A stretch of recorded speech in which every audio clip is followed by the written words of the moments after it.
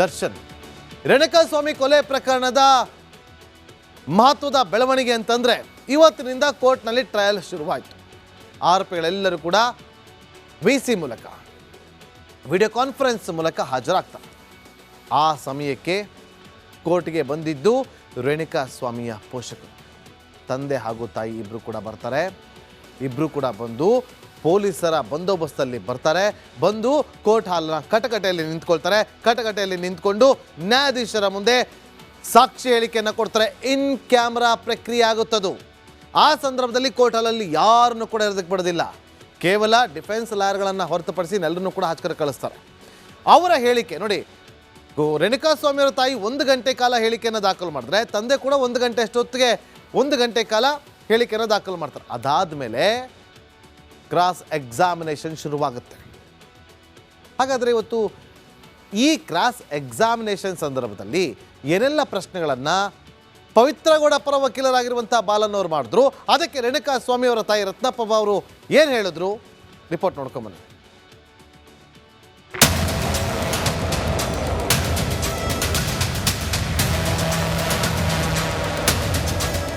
ರೇಣುಕಾಸ್ವಾಮಿ ಕೊಲೆ ಕೇಸಿನಲ್ಲಿ ಅಸಲಿ ಆಟ ಸ್ಟಾರ್ಟ್ ಆಗಿದೆ. ಇವತ್ತಿನವರೆಗೂ ಆಗಿದ್ದು ಟ್ರೈಲರ್, ಈಗ ಸಿನಿಮಾ ಶುರುವಾಗಿದೆ. 100 ಪುಟಗಳ ಚಾರ್ಜ್ ಶೀಟ್, 16 ಸಾಕ್ಷಿಗಳು ಹಿಡಿದು ಟ್ರಯಲ್ ನಡೆಸಲಾಗಿದೆ.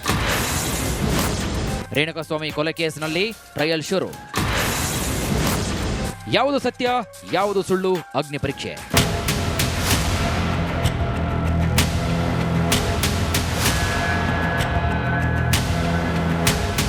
ರೇಣುಕಾಸ್ವಾಮಿ ಕೊಲೆ ಪ್ರಕರಣದಲ್ಲಿ ಇಂದಿನಿಂದ ಟ್ರಯಲ್ ನಡೆಸಲಾಗಿದೆ. ಇದಕ್ಕೂ ಮೊದಲು ರೇಣುಕಾಸ್ವಾಮಿ ತಂದೆ ಹಾಗೂ ತಾಯಿಯ ಹೇಳಿಕೆ ದಾಖಲಿಸಿಕೊಳ್ಳಲಾಗಿದೆ. ಸುಮಾರು 1 ಗಂಟೆಗಳ ಕಾಲ ರೇಣುಕಾಸ್ವಾಮಿ ತಾಯಿ ಹೇಳಿಕೆ ದಾಖಲಿಸಿಕೊಳ್ಳಲಾಗಿದೆ.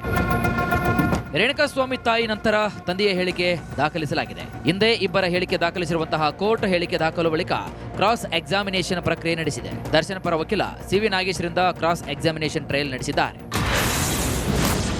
ನಿಮ್ಮ ಮಗ ರೇಣುಕಾಸ್ವಾಮಿನ ಬಜರಂಗ್ ದಳ ಹುಡುಗರ ಜೊತೆ ಓಡಾಡ್ತಿದ್ರಂತೆ?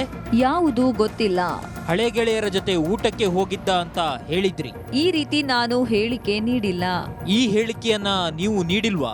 ಪೊಲೀಸರೇ ಬರೆಸಿಕೊಂಡ್ರ? ರೇಣುಕಾಸ್ವಾಮಿ ಸ್ನೇಹಿತರು ನಿಮಗೆ ಗೊತ್ತಿದೆ ಅಲ್ವಾ? ಕೆಲವರು ಗೊತ್ತು, ಕೆಲವರು ಗೊತ್ತಿಲ್ಲ. ಶವದ ಮೇಲಿದ ಟೀ ಶರ್ಟ್ ಹಾಕಿಕೊಂಡು ಹೋಗಿದ್ನಾ, ಇಲ್ಲ ಬೇರೆ ಟೀ ಶರ್ಟ್ ಹಾಕಿಕೊಂಡು ಹೋಗಿದ್ನಾ? ಪೊಲೀಸರು ಟೀ ಶರ್ಟ್ ಬಗ್ಗೆ ವಿಚಾರಣೆ ಮಾಡಿದ್ರಾ? ಯಾರು ವಿಚಾರಣೆ ಮಾಡಿಲ್ಲ. ಜೂನ್ 11ರಂದು ಸ್ಟೇಟ್ಮೆಂಟ್ ಕೊಟ್ಟಿದ್ದೀರಾ? ಇಲ್ಲ. ನಿಮ್ಮ ಮಗನಿಂದ 3 ಜನರಿಗೂ ಕರೆ ಬರುತ್ತೆ. ನನ್ನ ಯಜಮಾನರಿಗೆ ಫೋನ್ ಬಂದಿಲ್ಲ. ನೀವು ಅವರ ಹತ್ರ ಮಾತನಾಡಿದ್ದೀರಿ? ನನ್ನ ಮೊಬೈಲ್ಗೆ ಯಾವುದೇ ಕರೆ ಬಂದಿಲ್ಲ. ನಿಮಗೆ ಫೋನ್ ಕರೆ ಬಂತು ಅಂತ ಹೇಳಿದ್ರಲ್ಲ? ಇಲ್ಲ.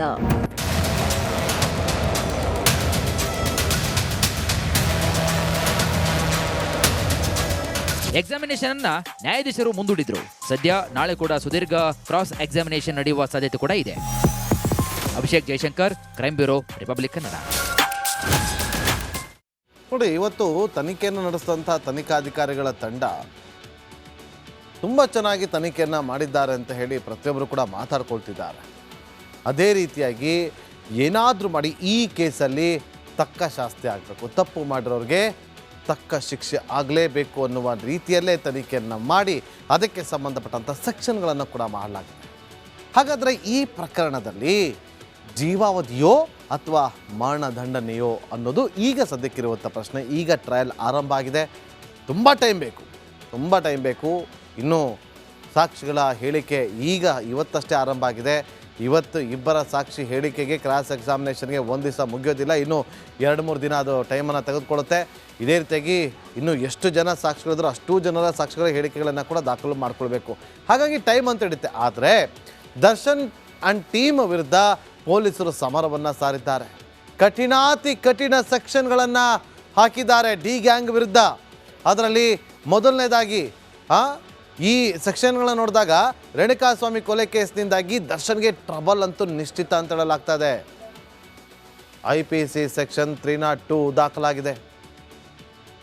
ಕೊಲೆ ಈ ಸೆಕ್ಷನ್ನಿಂದ ಸಂಕಷ್ಟ ಅಂತೂ ಮುಗಿಯೋದಿಲ್ಲ. ಸಂಕಷ್ಟ ಕಟ್ಟಿಟ್ಟ ಬುತ್ತಿ. ನೆಕ್ಸ್ಟ್ ಇದೇನಾದರೂ ಸಾಬೀತಾಗೋದ್ರೆ ದರ್ಶನ್ಗೆ ಜೈಲೇ ಗತಿ. ಬರೆದಿಟ್ಕೊಂಬಿಡಿ, ಹೊರಗಡೆ ಬರೋದೇ ಇಲ್ಲ. ಏನಾದರೂ IPC ಸೆಕ್ಷನ್ 302 ಅಡಿ ಆರೋಪ ಸಾಬೀತಾದರೆ ಡಿ ಗ್ಯಾಂಗ್ಗೆ ಸಂಕಷ್ಟ ಕಟ್ಟಿಟ್ಟ ಬುತ್ತಿ.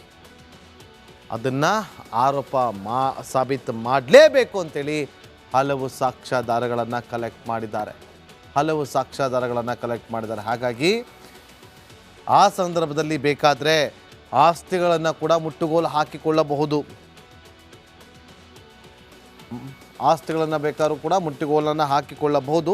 ನೋಡಬೇಕು. ಈಗ ಟ್ರಯಲ್ ಆರಂಭ ಆಗಿದೆ.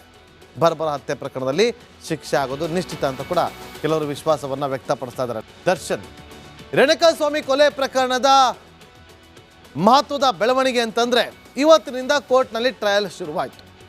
ಆರೋಪಿಗಳೆಲ್ಲರೂ ಕೂಡ VC ಮೂಲಕ ವಿಡಿಯೋ ಕಾನ್ಫರೆನ್ಸ್ ಮೂಲಕ ಹಾಜರಾಗ್ತಾರೆ. ಆ ಸಮಯಕ್ಕೆ ಕೋರ್ಟ್ಗೆ ಬಂದಿದ್ದು ರೇಣುಕಾಸ್ವಾಮಿಯ ಪೋಷಕರು, ತಂದೆ ಹಾಗೂ ತಾಯಿ ಇಬ್ಬರು ಕೂಡ ಬರ್ತಾರೆ. ಇಬ್ಬರು ಕೂಡ ಬಂದು ಪೊಲೀಸರ ಬಂದೋಬಸ್ತಲ್ಲಿ ಬರ್ತಾರೆ. ಬಂದು ಕೋರ್ಟ್ ಹಾಲ್ನ ಕಟಕಟೆಯಲ್ಲಿ ನಿಂತ್ಕೊಳ್ತಾರೆ. ಕಟಕಟೆಯಲ್ಲಿ ನಿಂತ್ಕೊಂಡು ನ್ಯಾಯಾಧೀಶರ ಮುಂದೆ ಸಾಕ್ಷಿ ಹೇಳಿಕೆಯನ್ನು ಕೊಡ್ತಾರೆ. ಇನ್ ಕ್ಯಾಮ್ರಾ ಪ್ರಕ್ರಿಯೆ ಆಗುತ್ತದು. ಆ ಸಂದರ್ಭದಲ್ಲಿ ಕೋರ್ಟ್ ಹಾಲಲ್ಲಿ ಯಾರನ್ನು ಕೂಡ ಇರೋದಕ್ಕೆ ಬಿಡೋದಿಲ್ಲ. ಕೇವಲ ಡಿಫೆನ್ಸ್ ಲಾಯರ್ಗಳನ್ನು ಹೊರತುಪಡಿಸಿ ಎಲ್ಲರನ್ನೂ ಕೂಡ ಹಾಚ್ಕರ ಕಳಿಸ್ತಾರೆ. ಅವರ ಹೇಳಿಕೆ ನೋಡಿ, ರೇಣುಕಾಸ್ವಾಮಿಯವರ ತಾಯಿ 1 ಗಂಟೆ ಕಾಲ ಹೇಳಿಕೆಯನ್ನು ದಾಖಲು ಮಾಡಿದ್ರೆ, ತಂದೆ ಕೂಡ 1 ಗಂಟೆ ಅಷ್ಟೊತ್ತಿಗೆ 1 ಗಂಟೆ ಕಾಲ ಹೇಳಿಕೆಯನ್ನು ದಾಖಲು ಮಾಡ್ತಾರೆ. ಅದಾದಮೇಲೆ ಕ್ರಾಸ್ ಎಕ್ಸಾಮಿನೇಷನ್ ಶುರುವಾಗುತ್ತೆ. ಹಾಗಾದರೆ ಇವತ್ತು ಈ ಕ್ರಾಸ್ ಎಕ್ಸಾಮಿನೇಷನ್ ಸಂದರ್ಭದಲ್ಲಿ ಏನೆಲ್ಲ ಪ್ರಶ್ನೆಗಳನ್ನು ಪವಿತ್ರಗೌಡ ಪರ ವಕೀಲರಾಗಿರುವಂಥ ಬಾಲನ್ನವರು ಮಾಡಿದ್ರು, ಅದಕ್ಕೆ ರೇಣುಕಾಸ್ವಾಮಿಯವರ ತಾಯಿ ರತ್ನಪ್ಪ ಅವರು ಏನು ಹೇಳಿದ್ರು, ರಿಪೋರ್ಟ್ ನೋಡ್ಕೊಂಬನ್ನಿ.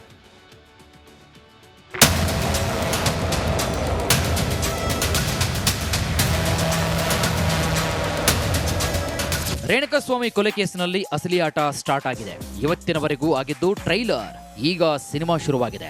100 ಪುಟಗಳ ಚಾರ್ಜ್ ಶೀಟ್, 10 ಸಾಕ್ಷಿಗಳು ಹಿಡಿದು ಟ್ರಯಲ್ ನಡೆಸಲಾಗಿದೆ. ರೇಣುಕಾಸ್ವಾಮಿ ಕೊಲೆ ಕೇಸಿನಲ್ಲಿ ಟ್ರಯಲ್ ಶುರು. ಯಾವುದು ಸತ್ಯ, ಯಾವುದು ಸುಳ್ಳು, ಅಗ್ನಿ ಪರೀಕ್ಷೆ.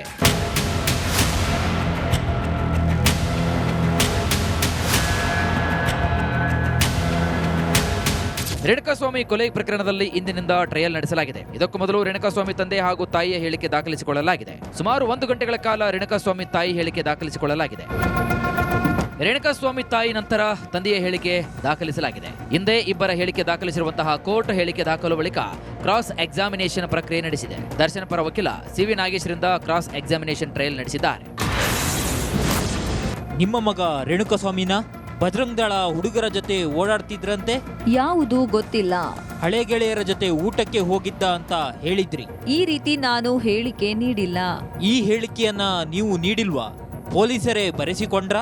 ರೇಣುಕಾಸ್ವಾಮಿ ಸ್ನೇಹಿತರು ನಿಮಗೆ ಗೊತ್ತಿದೆ ಅಲ್ವಾ? ಕೆಲವರು ಗೊತ್ತು, ಕೆಲವರು ಗೊತ್ತಿಲ್ಲ. ಶವದ ಮೇಲಿದ್ದ ಟೀ ಶರ್ಟ್ ಹಾಕಿಕೊಂಡು ಹೋಗಿದ್ನ, ಇಲ್ಲ ಬೇರೆ ಟೀ ಶರ್ಟ್ ಹಾಕಿಕೊಂಡು ಹೋಗಿದ್ನ? ಪೊಲೀಸರು ಟೀ ಶರ್ಟ್ ಬಗ್ಗೆ ವಿಚಾರಣೆ ಮಾಡಿದ್ರಾ? ಯಾರು ವಿಚಾರಣೆ ಮಾಡಿಲ್ಲ. ಜೂನ್ 11ರಂದು ಸ್ಟೇಟ್ಮೆಂಟ್ ಕೊಟ್ಟಿದ್ದೀರಾ? ಇಲ್ಲ. ನಿಮ್ಮ ಮಗನಿಂದ 3 ಜನರಿಗೂ ಕರೆ ಬರುತ್ತೆ. ನನ್ನ ಯಜಮಾನರಿಗೆ ಫೋನ್ ಬಂದಿಲ್ಲ. ನೀವು ಅವರ ಹತ್ರ ಮಾತನಾಡಿದ್ದೀರಿ? ನನ್ನ ಮೊಬೈಲ್ಗೆ ಯಾವುದೇ ಕರೆ ಬಂದಿಲ್ಲ. ನಿಮಗೆ ಫೋನ್ ಕರೆ ಬಂತು ಅಂತ ಹೇಳಿದ್ರಲ್ಲ? ಇಲ್ಲ.